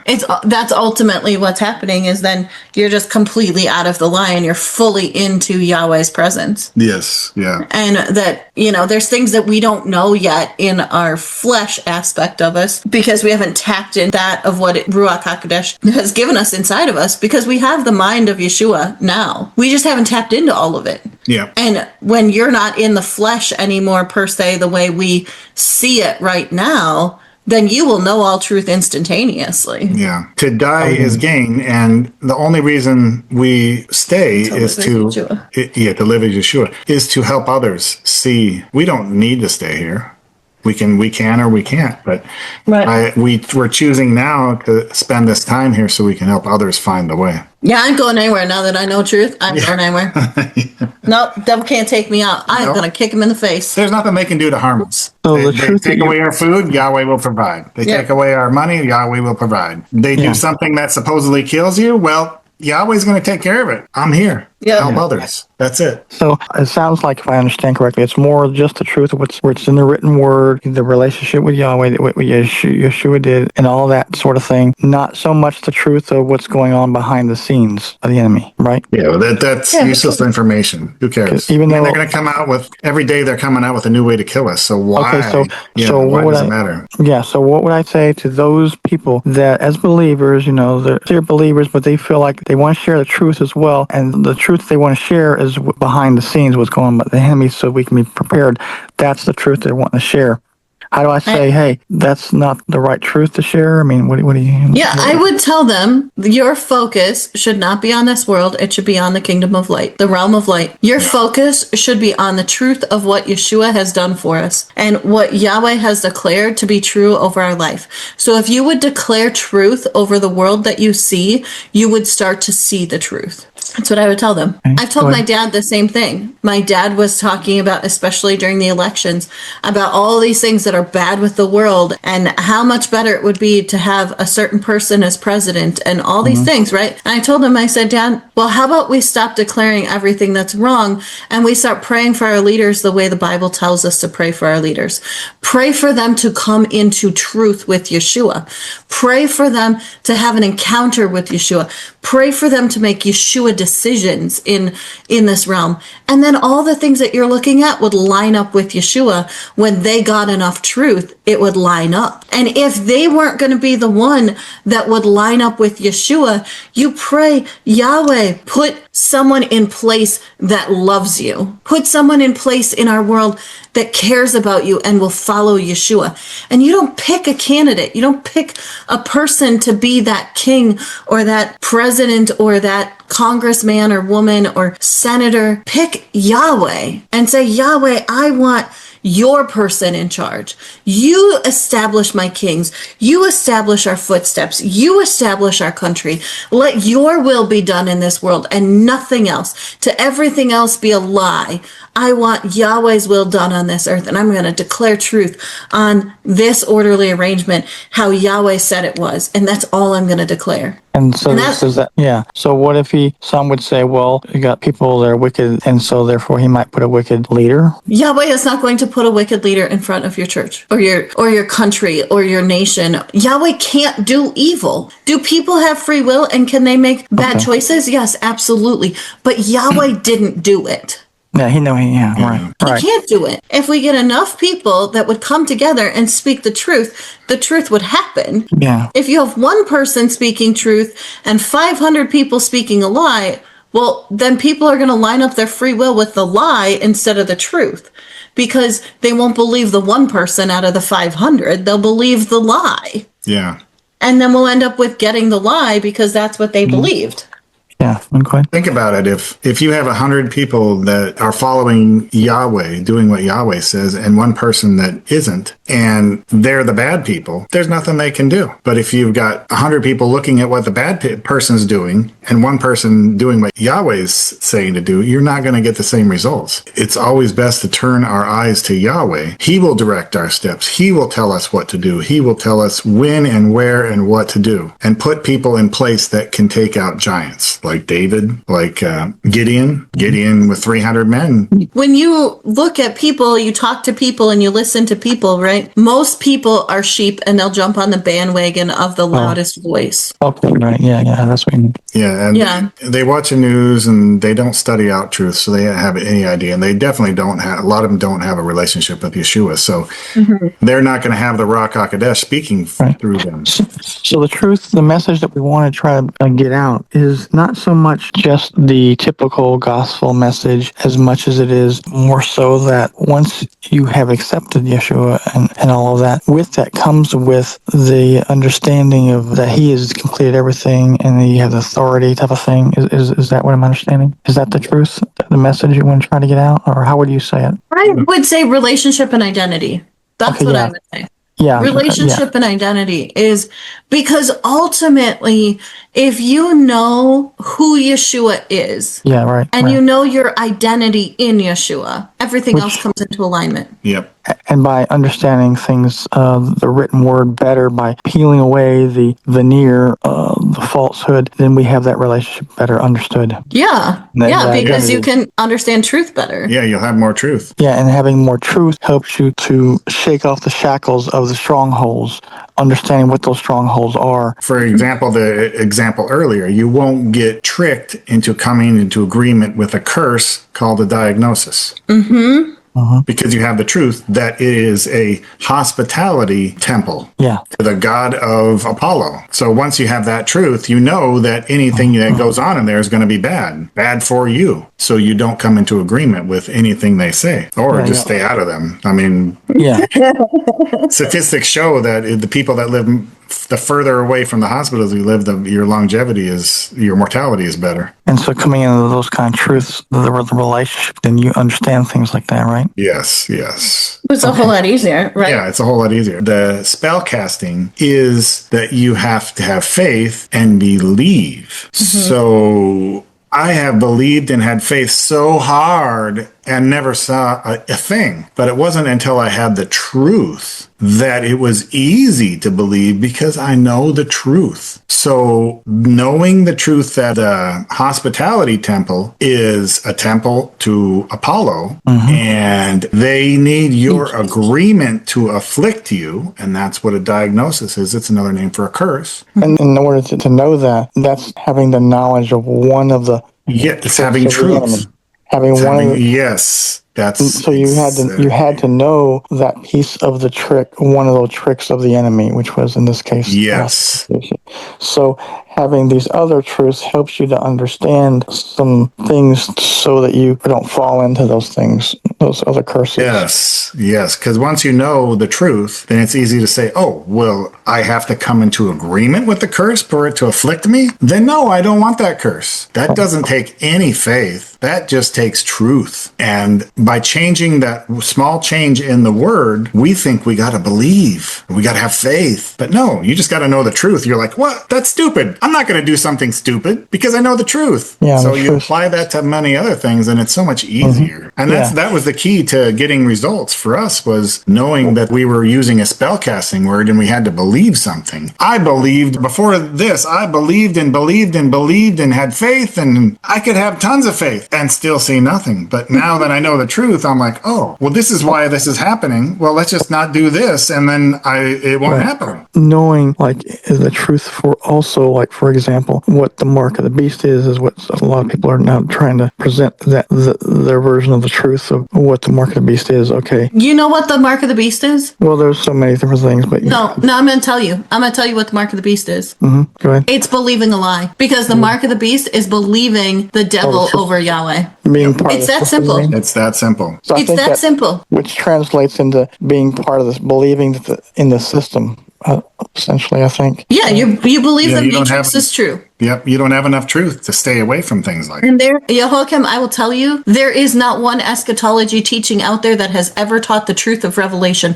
It is all a lie. Every single one of them are lying. Yeah. That book is the most played with of all the books in the entire Bible. The book of Revelation is taught completely wrong, and it is 100% a lie. Yeah, I always felt that way because I understood. It's agenda motivated. Right. In fact, I know that years ago I saw a documentary about how in the Council of Nicaea, I think, 3rd or 4th century, where they were deciding what books stay and go. And Revelation was one of those. There was going to be another book about the last days that was supposed to go in its place, but they chose to have the Revelation instead. Yeah, because it has all the mark of the beast and all that stuff in there. So they can use that as a model for how they want to destroy us.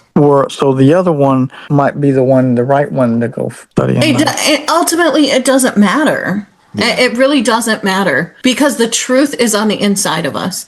And the book of Revelation is just a summary of all of mankind. And there's very few people that I've told this to, but I am 100% convinced of it, especially now, of all the research that we've done. Is the book of Revelation is a summary of all of mankind. It shows the atrocity of humankind from the beginning. It shows all of the time frame that humans will live and exist in their hell that they created. And then it shows how Yahweh fixes it all and finishes it all off. It's a summary of humanity. And all of those things, if you look at the wars we've had, if you look at the destruction that has happened in this world, all of the things that are listed in the bowls and the incense being poured out and the trumpets being released, all of those things have already happened. Even the blood rising to the levels of the bridles of the horses in the streets has already happened. Yeah, I think that there's a lot of people, and I have a book decades ago, about that we were actually past the tribulation. We were more like in the little season when. Well, the tribulation is when they destroyed Jerusalem. Yeah, right. Because I have a book about that, and there's some people I know believes, and Steve actually knows, and so I believe that we were probably more along the lines of kind of like I think is what you're saying. The only thing left is Armageddon. Right, Armageddon is the little season. I think that's. Armageddon's the only thing left. The enemy's already been released, and he's running around the world telling everybody a lie right now. Right, and that's how I see it. That's the way I'm saying it. Yeah, that's what it looks like. Is that a lot of people don't realize that Armageddon is when he gets released again. They think No. Armageddon is the finishing of the releasing. Before Armageddon happens is when the devil is released for a little season. So the 1,000-year reign of Yeshua has already happened. Right, that's what I'm saying, the devil gets let out to run around and try to deceive all the world. Right. The end of that season is Armageddon. Okay, right. Yeah. Because what Armageddon does is takes the entirety of the enemy off the board. Right. Okay, that's what I meant, or trying to say anyway. Yeah, it's that time frame. Nothing to do with the tribulation. Armageddon is at the end of the little season, but we're probably in the little season now. But Armageddon hasn't occurred, but it'll at the finishing, as you said, of that. Yeah. Because that's what the devil wants us to believe, is that there's still something to wait, because the word tribulation means pressure on the path. So you are going to have pressure on your path as you are running your race towards Yeshua all the time, forever, until you figure out truth. You are going to have pressure on the path. That's what the word tribulation means. And there is no rapture of the people filled with Ruach HaKodesh getting taken off the earth. Right, all of the scriptures that talk about something correlated to rapture is actually the complete opposite. It's about the enemy being taken off the earth. Yeah. Yeah, right. Yeah, I noticed that. Yeah. Because that's what happened in the story of Noah. And when the Yeah. they were the ones Yeah. taken up. Exactly. At the time of the end, the Right. people in the boat got saved and they stayed on the earth. Yeah. Exactly. Yeah. Psalms is full of people getting raptured, and it's never the good guys. Right. Right?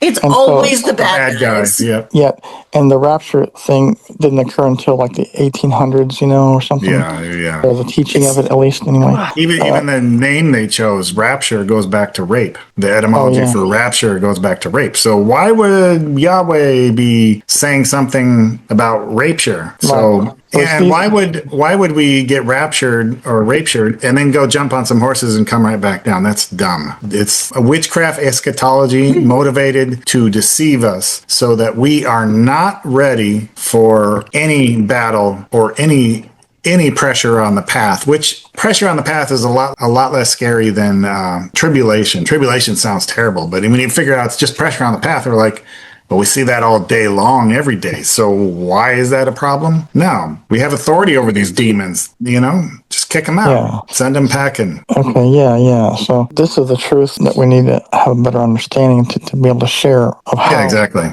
to present it, I guess you could say, and how to peel back the deception, the written, so that we can have a closer and more intimate relationship, which would, in effect, knowing Yahweh's will better in our lives. And right. Yeah, once we have that relationship and we know that we're going to have pressure on the path all along, and nothing by any means shall harm us, we really don't have anything to worry about. It makes life a lot easier. It makes it more enjoyable too. All you do is you fight the battles when they come up, and you take authority over everything and help others to find the same truth, find the truth, and that is Yeshua. And then rest in it, because this is what Yeshua is telling me right now, is just like Genesis 1:31 and Genesis 2:2. Yahweh says he finishes creating everything, right? And Yahweh says, and Yahweh saw everything that Yahweh had made, and behold, it was very good. And the evening and the morning were the sixth day. And then you jump to 2:2, and it says,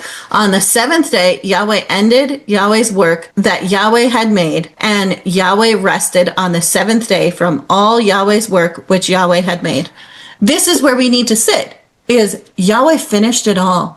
Yeshua gave it all back to us. He put himself inside of us. Once we get Yeshua on the inside of us, everything's already been created. All the work's been done. There's not one bit of work left to do. And we get to sit back and rest, as in the Sabbath rest all the time. Our entire life is in the Sabbath rest. And we can stand in this position of rest. There is no work left for us to do. This is what Revelation 22 is all about, is enjoying the fullness of the kingdom of the realm of light that was given to us.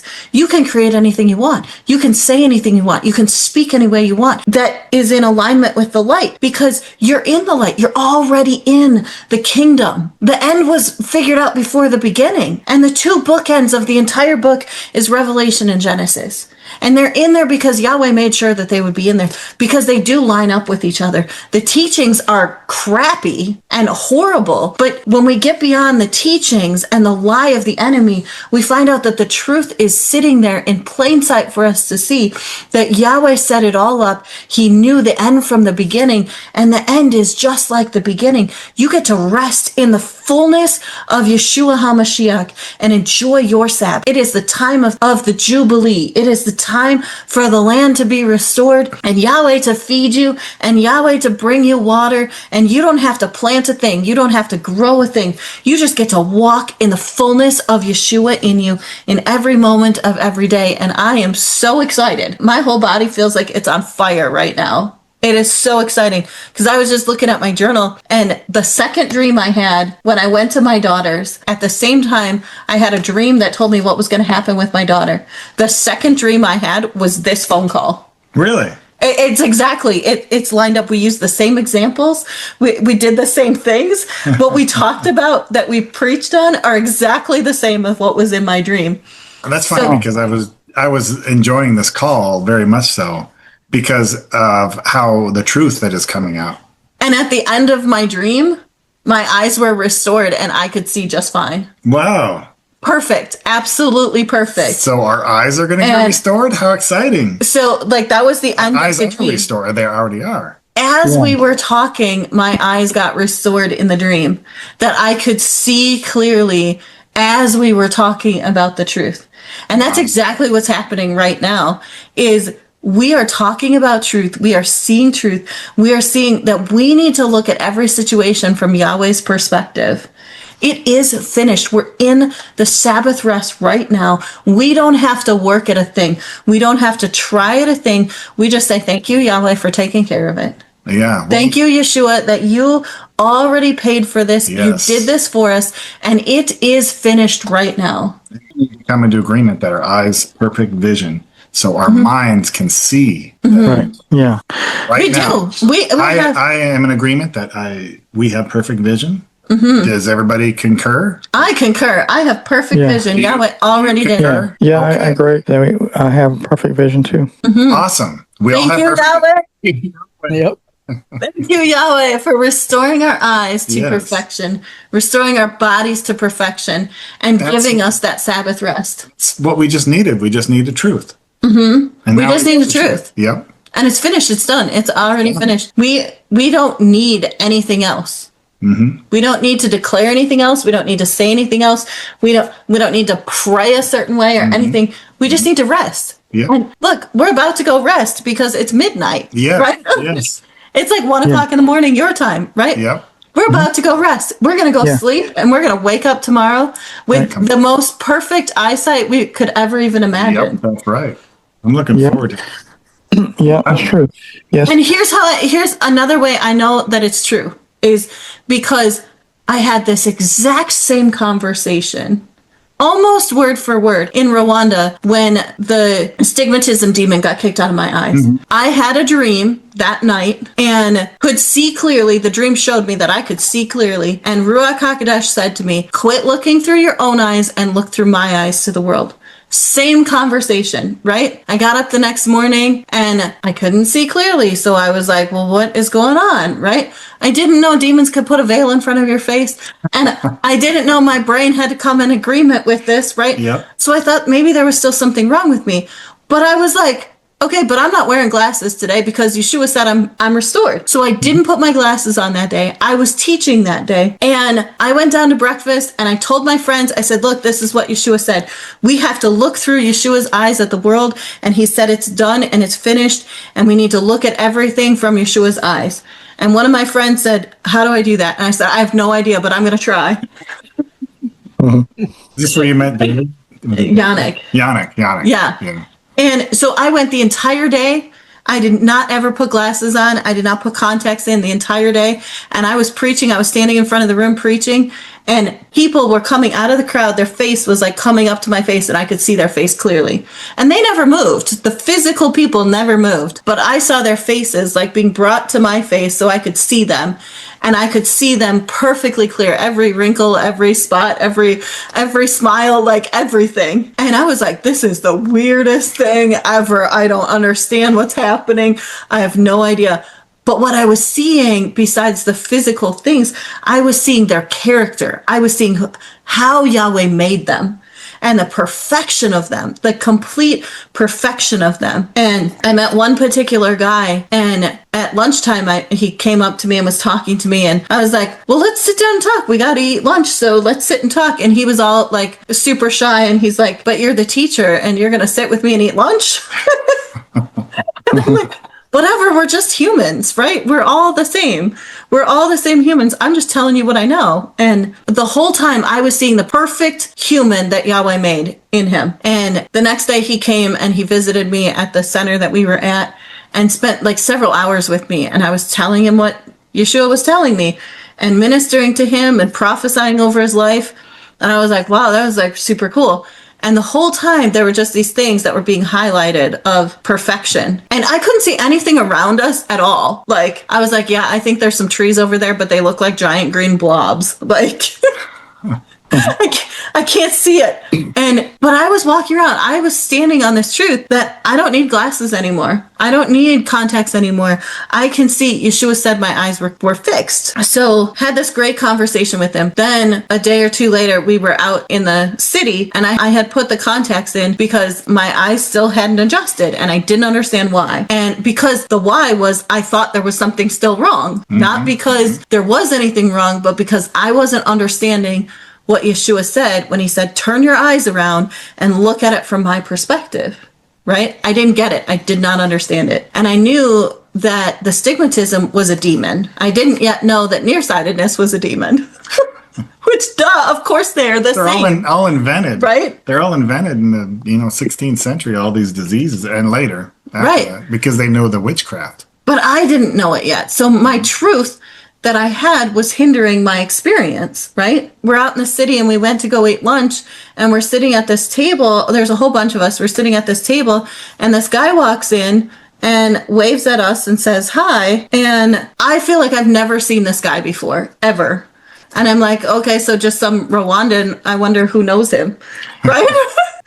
Yeah. He's saying hi to people, and then someone says, hi, Yannick. And I'm like, wait, no, that's not Yannick. That's not who I talked to the other day. Looked completely different. The only thing that was the same was he was black and he was a guy. Yeah. That was it. Everything else was different. And like I had to explain it to him later because he thought I was insulting him because I had no idea who he was. I didn't have a clue. Because that day when I had met him, the 2 days that I had talked to him, I was seeing through Yeshua's eyes and I got to see him as Yeshua made him in his perfection. And so I didn't have a clue who this person was. Like literally people had to tell me that it was the same guy I'd been talking to. So in other words, you kicked out the astigmatism demon, but not at that time the nearsight demon. So you didn't see him correctly physically, but you saw his character. I think is what you're saying. And I saw his character. I saw how Yahweh made him. And the physical thing that I was seeing, I now know was the perfect human that Yahweh made him in that fullness of perfection. So when our eyes are restored in Yeshua, that is our proof, our evidential experience as to the fact that you can't see evil. You can't see the sickness and the disease anymore because I couldn't see the way he saw himself. I could only see him the way Yeshua saw him as perfect. And then 2 days later, he comes back and you see him differently. Yep, because I put the glasses back on. She didn't. I put the veil back on. Yep. Oh. She didn't stand on truth. That she was. He didn't stand on the truth because I thought I still needed something. And so I put the glasses back on thinking that there was something still wrong that needed to be fixed. But there wasn't. There wasn't anything wrong that needed to be fixed. Yeshua had restored everything because he already paid for it when he was impaled. So there was nothing more to do but me come into agreement with this, that it was finished. But because I didn't have enough truth, I still believed part of the lie. So when I put the veil back on of the glasses, then I saw him now the way that the world saw him, the way he saw himself, the way the world saw him, the way the devil had told him he looks. And he looked very different, very different. And I was like, Yahweh, I don't understand. I don't get it. But I'm understanding it now. As we've been talking, we've learned enough truth. Now I get it. Is we can't look at situations. I have to retract what I said before. Is we can't acknowledge problems. We can't acknowledge any lie of the devil. We have to only acknowledge the truth of Yeshua. And Yeshua freed us of the curse. He made us perfect. He made us complete. And that's what we have to declare. You did say that earlier. You didn't. No, I meant like months ago. Oh, okay. In a prior conversation when we I remember. Yeah. There's nothing can be wrong with us. Right. There can't be. We have to look at ourselves as in Revelation 22. That's really what we need to look at. Genesis 1 and 2 and Revelation 22. That's what we need to look at our life as. It is finished. And those two, the reason I brought those up, those are the two bookends, right? Yeah, which one's this again? Is the way you started. This is the way it ends. Genesis 1, the very last scripture in Genesis 1 is verse 31.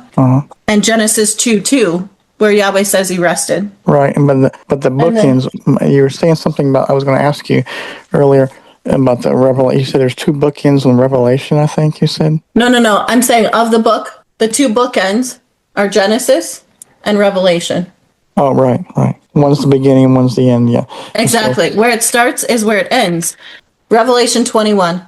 And I saw a new heaven and a new earth, for the first heaven and the first earth were passed away, and there was no more sea. And I, John, saw the holy city, New Jerusalem, coming down from Yahweh out of heaven, prepared as a bride adorned for her husband. Coming down from heaven. One of them says coming out of the clouds.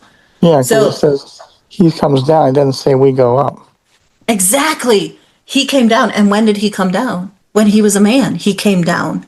Right. And then he rose up from the dead and came back. We already had our second coming. He came once as a man and he came again when he rose from the dead. And then we had a third coming because Yeshua sent us the Comforter. And so Ruach HaKodesh came and moved inside us. We will see, I said Revelation 22 several times, and I apologize. It's Revelation 21 starting in verse 1 and 2, right? This starts the new reign. We're in that period now if we would see it because we have him in us. We can live that new reign right now. And I still think there's going to be a time where Armageddon happens and all the enemies completely gone. But what if that time can only happen when we figure out that it's over and done and we declare that Armageddon is now? Enemy, get out, be gone, you're done. Mm-hmm. That could be the exact thing that is holding up Armageddon, taking the enemy completely out of our plate, is because we've been brainwashed to believe that we're still waiting for something that we already have. Yeah. I was thinking of Yeshua's not coming back until his name is declared throughout the land. Mm-hmm. If we have a Bible that declares Jesus throughout the land, then we're not declaring Yeshua, declaring somebody else. Oh, yeah. But now that we talk about this, it seems like that's irrelevant because he's already been declared throughout the land. Mm-hmm. And that's what Yeshua has been declared throughout the land right after Ruach HaKodesh came on Pentecost. Mm-hmm. They went through the whole world and told everybody. Yeah. And then what happened was the enemy got let out for a little while. In Revelation 20, the devil got let out for a little while. And Revelation 20 verse 8 is to go about the world and deceive the nations. That's people groups or human beings. I think this has been spectacular. Can we just pray before we finish this off, though? Yes. Yeah. Do you want to pray, Yehoiakim? Yeah. Father Yahweh, we come to you, me, Steve, and Charity, and Eric, and we thank you for this time we've had to talk about you and your word and everything. And we thank you for that your rock would be us, and you would help us with all that we've discussed and learned, that your truth that we just talked about in your relationship for each of us and your people everywhere, wherever they're at, that they would be revealed and be strengthened, and they would be empowered with knowing your truth and authority, what Yeshua, your son, has done for us, and having that deeply ingrained into us in a way where we're not discouraged or the enemy doesn't attack us. So we rebuke all the attacks and any attempts to your people, us, each of us here, and your people everywhere, and that the truth would be revealed, and that we would be delivered from all the curses. In Yahushua Mashiach's name I pray. So be it. Thank you, Yeshua. We thank you, Yeshua, that you have delivered us from the curse, that we are free of the curse, that everything that the enemy would tell us is a lie, and you have set us free of the curse, and you have opened our eyes to see truth. And we will see the truth now because you have taken away the veil and you have removed all the evil, wicked things from us. And we just thank you, Yahweh, for lifting us up, for removing the veil and letting us focus on you, to see things through your eyes and not through the eyes that the enemy would have us look through, but through Yeshua's eyes. And we will never see these enemies again. We will walk into the fullness of the kingdom of light and the realm of light. And we do not agree with the lies of the enemy. We do not take any mark of the beast or anything thereof. We take on Yeshua HaMashiach, who lives on the inside of us, and that is the truth that we know, the truth that we will follow in the fullness of the life of Yeshua HaMashiach, flowing through the entirety of our bodies, from the tips of our toes to the top of our head. We flow with the mighty rivers of living water, with the breath of Yah living in us right now. And we just thank you, Yeshua. We thank you, Yahweh, that you have released us of the curse and shown us your truth, and we walk in the fullness of that. We thank you for the truth that you have given us tonight. We thank you that you've renewed our minds to you, Yahweh, and you show us these many things. And I thank you that as we rest now, that you give us perfect rest to wake up to the newness of life in a few hours. And thank you, Yahweh, for this life that you have given us, and that you let us flow and you move and work through us, that we are now the risen, just like Yeshua HaMashiach. We have risen up out of this darkness, out of the clouds and out of the veil of the enemy, and can now see clearly. And we will not look at the lie of the enemy ever again. Yes. Yahweh, we just thank you. And we thank you that you reveal truth to all of those that we will encounter, that everyone that sees us will see you, Yeshua, and nothing but you. And that you have allowed your word to be proclaimed through our mouth. And we just thank you, Yahweh, that we look just like you. And we get to reveal your truth to this orderly arrangement, and all the tribes of this world will see who is Yeshua, who is their HaMashiach, who has set them free. Yahweh, we love you and we worship your mighty name, and we thank you and we love you. Emet. Thank you, Yeshua. Yes, thank you, Yeshua. All right. So be it. Thank you. Yep. Thank you. Yep. All right. Okay, we love you. Bye. You too. Oh, Bye-bye. love you too. All right. All right. Shalom. Bye. Bye. Bye.